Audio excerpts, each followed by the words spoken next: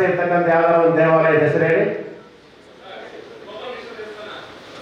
Basavanahalli, S, ಅದು 1000 ವರ್ಷ ಇತಿಹಾಸ ಇದೆ. ಶೃಂಗೇರಿ ದೇವಸ್ಥಾನ ಇತಿಹಾಸ ಇದೆ. ಶೃಂಗೇರಿ ಶಾರದಾಂಬೆಗಲ್ಲ, ಪಕ್ಕದಲ್ಲಿ ಒಂದು ಈಶ್ವರನ ದೇವಸ್ಥಾನ ಇದೆ. ಬರೀ ಓದಲೆಲ್ಲ ಬರೀ ಶೃಂಗೇರಿ ಹೆಸರು ಯಾರು ಹೇಳ್ತೀರಿ?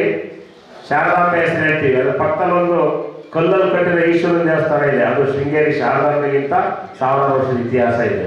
ಹಿರೇಮೂಡಿಗೆ ಹೋದರೆ ಕೋದಂಡ ರಾಮಚಂದ್ರ ಸ್ವಾಮಿ ದೇವಾಲಯ ಇದೆ. 800 ವರ್ಷದಿಂದ ಚೋಳರ ಕಾಲದಲ್ಲಿ ಮಾಡಿದಂಥ ದೇವಸ್ಥಾನ ಇದೆ. ಚೋಳರ ಕಾಲದಲ್ಲಿ ಮರಳೆ ಯಾರು ನೋಡಿದ್ರಿ ಇಲ್ಲಿರೋರು?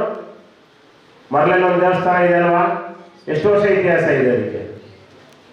900 ವರ್ಷ ಇತಿಹಾಸ ಇದೆ ಮರಳೆಲ್ಲಿರೋ ದೇವಸ್ಥಾನಕ್ಕೆ. 900 ವರ್ಷದ ಇತಿಹಾಸ ಇದೆ.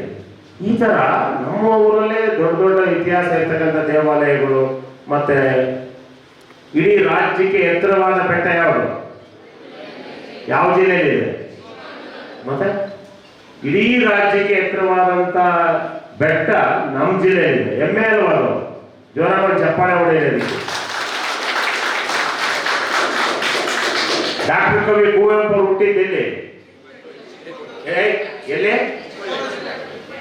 ನಾನು ಕೇಳ್ತಿರೋದು ಯಾವ ಕಾರಣಕ್ಕೂ ಪತ್ರಕರ್ತರಿಗೂ ಅಲ್ಲ, ಉಪನ್ಯಾಸಕರಿಗೂ ಅಲ್ಲ.